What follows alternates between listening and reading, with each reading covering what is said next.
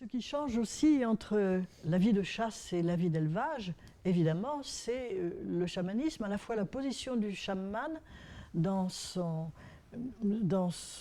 société et aussi ses relations avec les aspects de la surnature qui comptent.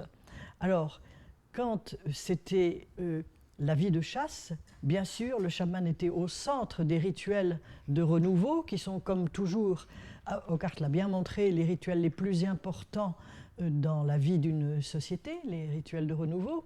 C'était lui le personnage central.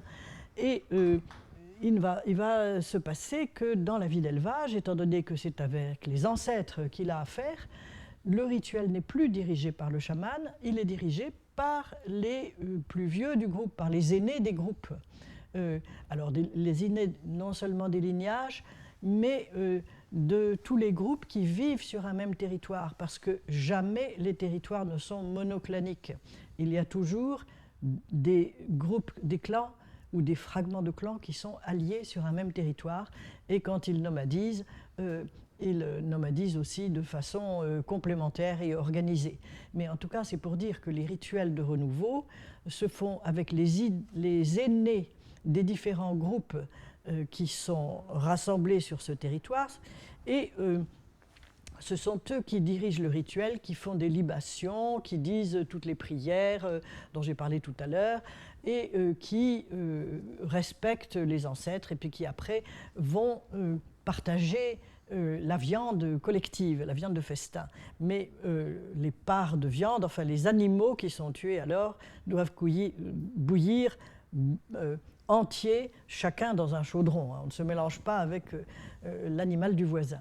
Mais alors, qu'est-ce qu'il fait le chaman là-dedans ? Eh bien, il lui reste un rôle qui est tout à fait central, même s'il est étouffé, même s'il est peu glorifié, parce que finalement, les aînés sont très rivaux du chaman, ils veulent l'éliminer, et le chaman est en position de subordination par rapport à eux, alors qu'avant, c'était lui qui avait la primauté. Et donc, son rôle consiste à mettre mettre symboliquement, bien entendu, dans la viande de sacrifice, la force vitale des ancêtres, à y rajouter quelque chose qui rende cette viande animée et donc profitable et pleine de force vitale. Donc, il a des gestes qui sont faits avec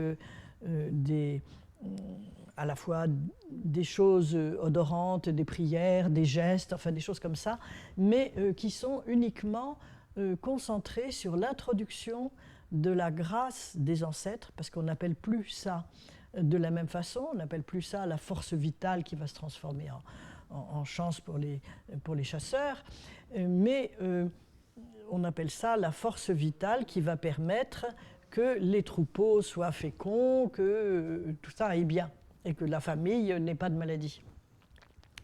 Et donc, ce petit morceau-là est donc tout à fait instructif. En fait, le chaman, dans ce cas-là, il n'est plus vraiment un époux d'esprit, il est un héritier des chamans précédents, parce que le chamanisme devient héréditaire à ce moment-là, et il doit aussi diriger dire quelque chose ou faire la préparation symbolique qui est nécessaire, la préparation rituelle qui est nécessaire quand il y a des affrontements entre groupes. Il est héritier et c'est lui qui va assumer le rôle de vengeur de son groupe s'il y a besoin de ça. Et comment est-ce qu'il fait ça ? Il fait ça avec les âmes des morts non ancestralisées et qu'il va mobiliser pour aller embêter les autres, disons.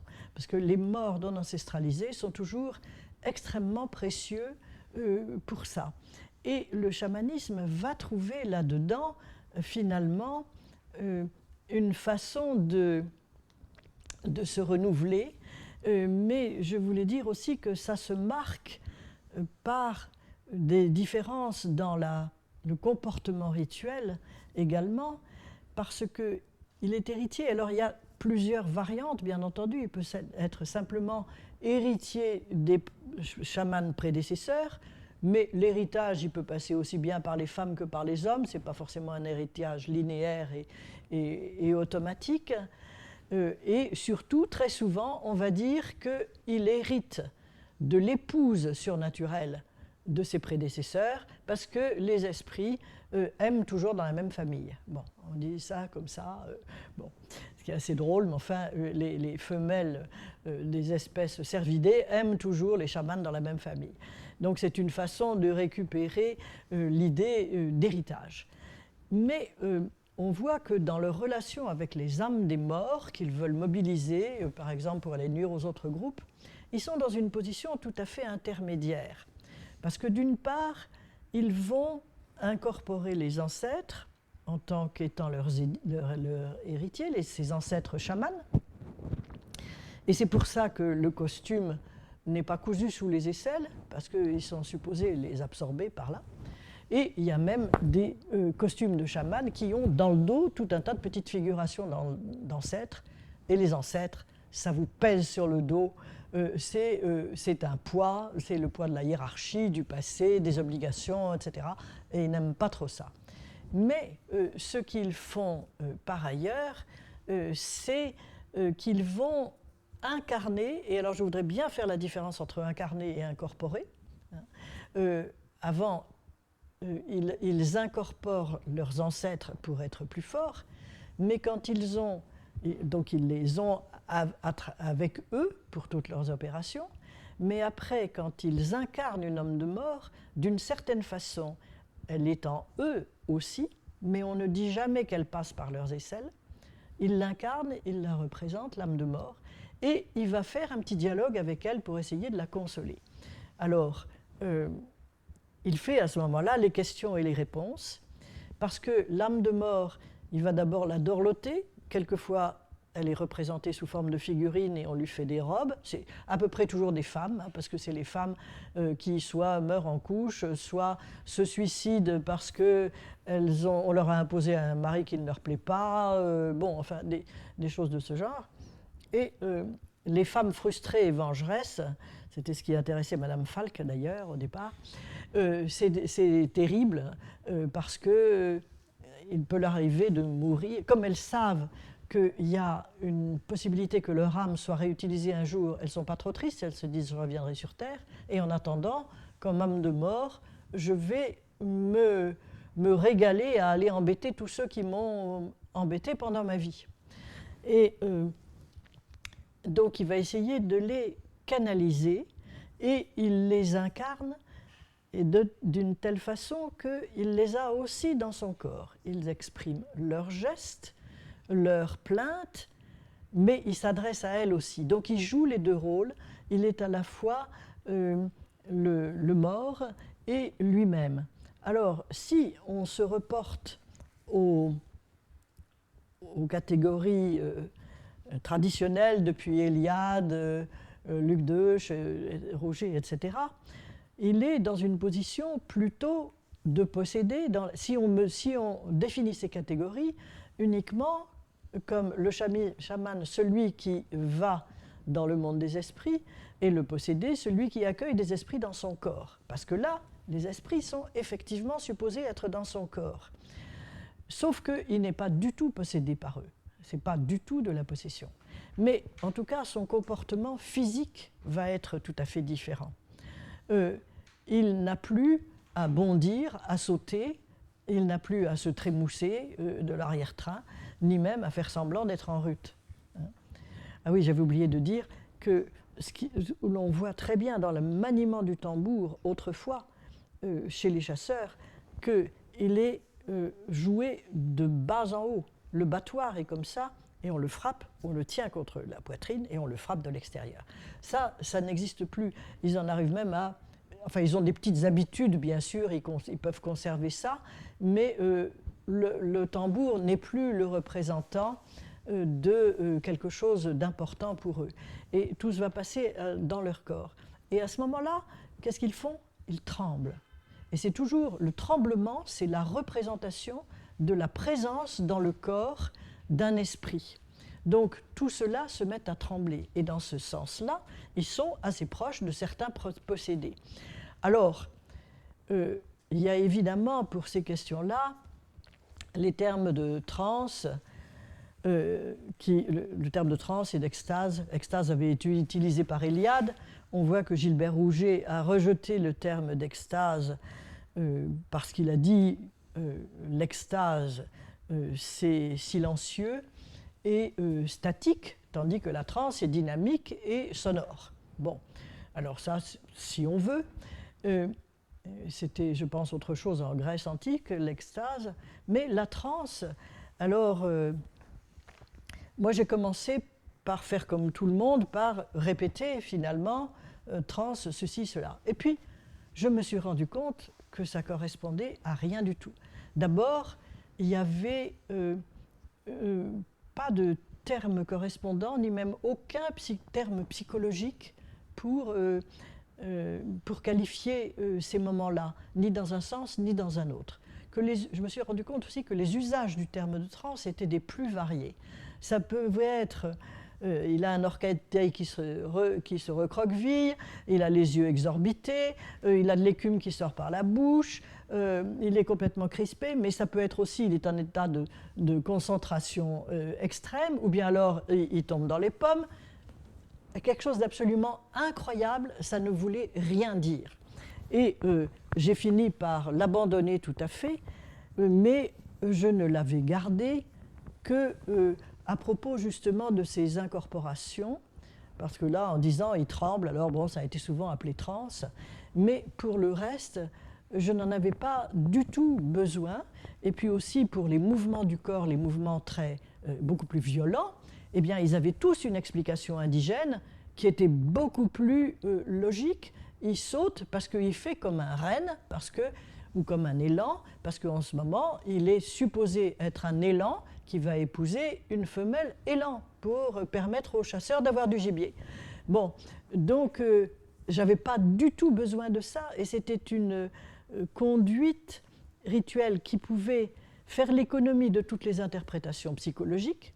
Est-ce qu'il est normal ou est-ce qu'il n'est pas normal? Ça, je veux dire que ça a été la question de la pathologie éventuelle du chaman, elle a occupé des pages et des pages. Et là, il n'y en avait vraiment pas besoin, puisque l'explication se trouvait ailleurs. Et pour le tremblement, c'était assez logique, finalement. J'ai quelqu'un d'autre en moi, donc comment est-ce que je l'exprime? Et on voit qu'à peu près partout dans le monde, c'est comme ça. Le tremblement est mentionné dans toute la chaîne himalayenne pour les cultes de possession, etc. Alors que l'idée, oui, et même, c'est souvent beaucoup plus précis. Les cultes de possession où il y a un tremblement qui est véritablement prescrit, mais qui ne se trouve pas en Sibérie, enfin du moins je n'en ai pas rencontré, mais il y en a par exemple, il y en a dans toute la frange de l'Asie du Sud-Est, il peut y en avoir un autre, il y en a en Afrique, il y en a en Indonésie, eh bien ils sont très souvent conçus comme étant une pénétration par un esprit masculin.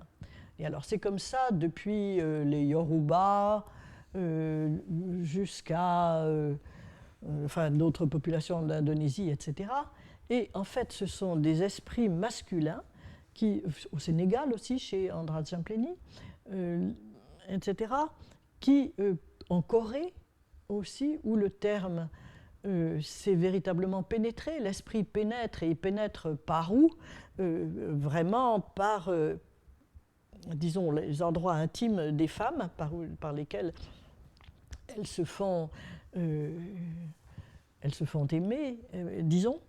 Et c'est même, il y a en Inde une expression avec le purusha qui est très claire sur ce plan-là.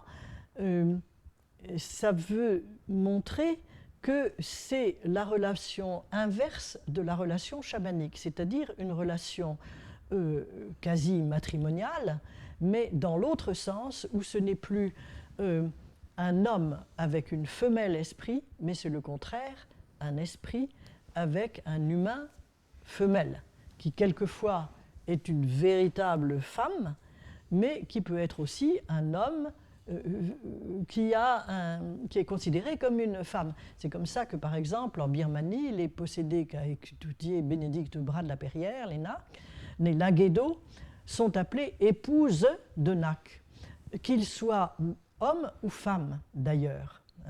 Ça montre bien que là, c'est une relation, disons, inversée par rapport à la relation chamanique. Et c'est le plus souvent... enfin, il y a beaucoup de choses qui s'en suivent et qu'on pourrait relier à ça, mais celle sur laquelle je voudrais mettre l'accent, c'est plus généralement une conception de l'alliance. Bon, la notion d'alliance, elle nous est familière, elle a énormément d'applications, mais elle est surtout au cœur de toutes les religions abrahamiques, l'alliance.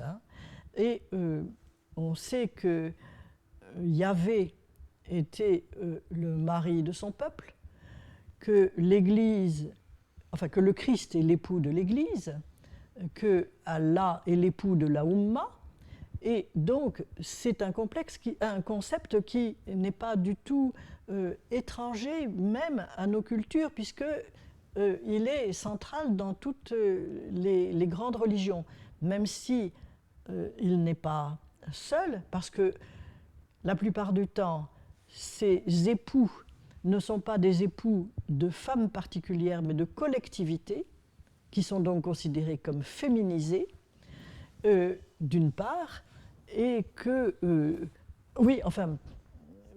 pour cette raison-là, d'abord, c'est différent. On voit que le Christ est l'époux de son Église, et non pas de telle femme particulière, mais on voit aussi que ça se concrétise pour certains individus particuliers qui sont les religieuses, dont la prise de voile se déroule comme un mariage. Elles ont souvent des anneaux, pas dans tous les ordres, mais elles ont souvent des anneaux, elles ont souvent des robes comme des robes de mariage pour leur prise de voile. C'est comme un mariage avec le Christ. Alors seules les grandes mystiques ont écrit là-dessus, mais c'est tout de même une idée qui n'est pas rare.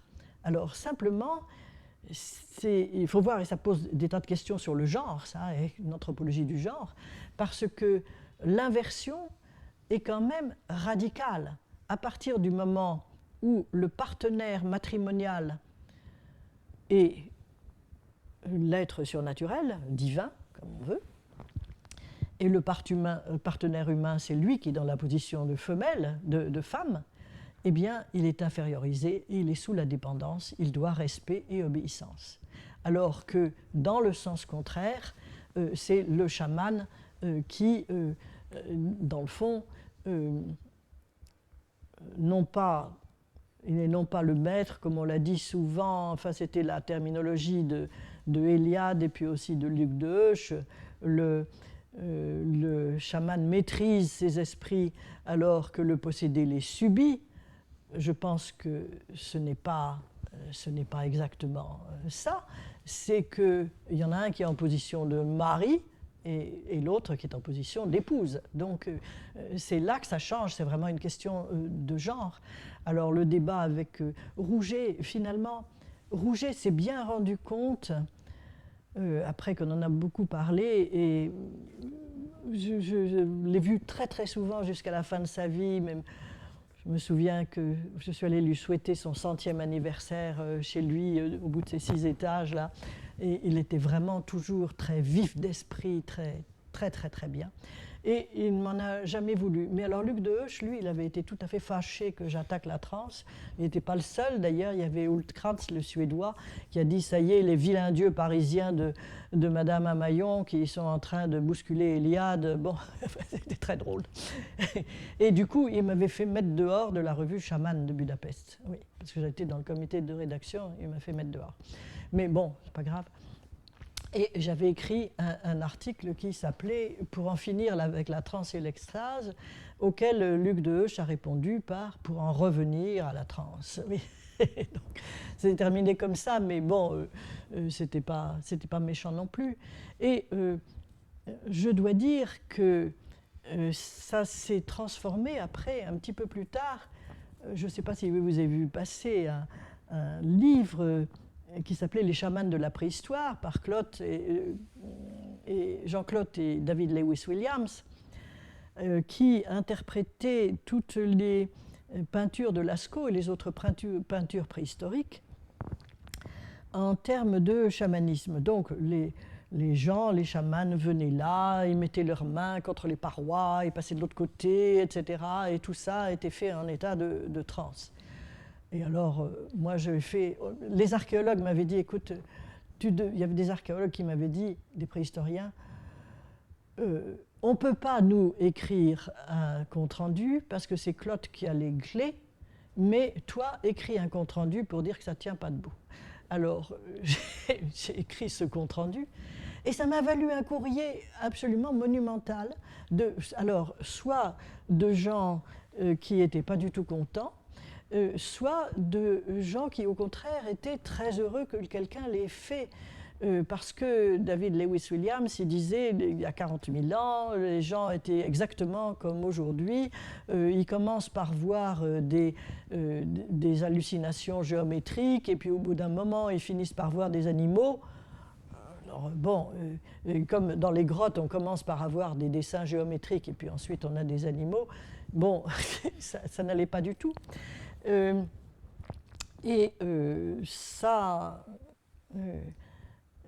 Moi, je disais que le terme de transe aussi ne me convenait pas, non seulement parce que ce n'était pas précis, ce n'était pas exact, parce qu'il y avait aussi d'autres possibilités d'expliquer les comportements qui ne faisaient pas appel à ça, et aussi pour une raison peut-être un peu différente, c'est que c'était un même terme pour désigner à la fois une conduite physique et un état mental ou psychique qui aurait été, soi-disant, connecté au divin ou au surnaturel.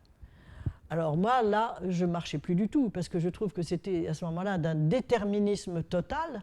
Comment est-ce qu'on peut dire que parce qu'on va faire un geste, ça veut dire qu'on pense telle chose? Vous vous rendez compte, la vie sociale serait impossible avec quelque chose comme ça. On est tous capables, même face à quelqu'un qu'on n'aime pas, de dissimuler sous un sourire, bon, etc. Si on devait être transparent, il n'y aurait plus de vie sociale possible. Donc, et je me souviens qu'en 91, il y avait un colloque, le deuxième sur le chamanisme, organisé dans le cadre de l'Association internationale des sciences ethnographiques, je ne sais plus comment ça s'appelle là. Bon. Enfin, ça se passait à Séoul, et alors il y avait les chamans coréennes, les Modang, qui avaient fait des tas de rituels où les participants étaient invités. Et je me souviens d'un Hongrois qui me poussait du cul en disant « Et celle-là, elle est en transe, et celui-là, il est en transe ». C'était impossible à décider. Et donc, vraiment, ça ne voulait rien dire. Et donc, moi, je me suis passée du terme. Et je continue à me passer du terme et à trouver qu'il vaut mieux s'en passer et penser plutôt, en tout cas, c'est plus à notre portée. On n'est pas psychologue. Hein. Je veux dire que, bien sûr, quand on se concentre terriblement sur quelque chose, on peut être, ou par exemple, là, quand je parle, mais évidemment, on peut dire que je suis en transe parce que je suis excitée par ce que je dis. Bon, mais c'est peu vraisemblable. Hein. On a tous des moments où on est très concentré et où on donne le maximum, puis des moments où on est au contraire relâché. Avoir un seul mot pour dire tout ça, ça ne va pas. Et quand on vous dit que des battements de tambour vont vous guérir de telle chose ou de telle chose, bon, laissons passer. Et d'ailleurs, ça c'était un des grands arguments de Rouget, qui disait « Jamais la musique ne peut déclencher la transe. Il faut y croire, c'est quelque chose qui se passe, ça suppose toujours la croyance et la disposition pour ça. Il disait aussi quelque chose qui est très juste. Il n'y a pas de transe dans les grandes religions, à part les mystiques, hein, bien sûr, mais tout simplement parce qu'on ne peut pas incarner Dieu, on ne peut pas incarner un être transcendant. Et il avait tout à fait raison. Donc, et les seuls qui étaient dits en transe, il faut voir, ce sont les possédés de Loudun ou des gens comme ça qui croyaient ce genre de choses, mais c'était aussi nier la transcendance de Dieu, quoi. Donc c'était pas possible. Alors ce que je voulais dire aussi pour la notion d'alliance, c'est que elle est incroyablement riche, parce que ce modèle de l'alliance chrétienne, par exemple, c'est ce qui a inspiré les juristes canonistes qui ont fondé les bases, disons, des royautés en France et en Angleterre, dans le haut Moyen-Âge. On sait tout ça par les deux corps du roi de Kantorowicz. Eh bien, c'était conçu, la relation entre le roi et son royaume était conçue sur le modèle de la relation entre le Christ et son Église. Donc le roi est l'époux de son royaume, comme le Christ est l'époux de son Église, et l'évêque l'époux de son diocèse. Et moyennant quoi, et c'est ça qui est très puissant, le roi doit protéger son royaume et le maintenir. Et c'est comme ça aussi qu'en Angleterre, le roi doit prendre soin des biens de la couronne. Enfin, je veux dire, les expressions sont différentes, mais ça revient au même. Et si on pense au chamanisme sibérien, eh bien, on voit que le chaman, de la même façon, il doit prendre soin du bien de son épouse, c'est-à-dire la forêt et tout ce qui tourne autour de la forêt. Et c'est pour ça que les peuples chamanistes se revendiquent toujours, se réclament toujours d'être les fondateurs de l'écologie, les précurseurs de l'écologie. Pourquoi est-ce que nous sommes les précurseurs de l'écologie? Ce n'est pas parce que nous vivons près de la nature et que nous nous en occupons, c'est aussi parce que nos chamans s'occupent du bien de leurs épouses grâce auxquelles nous avons le droit de chasser et du gibier.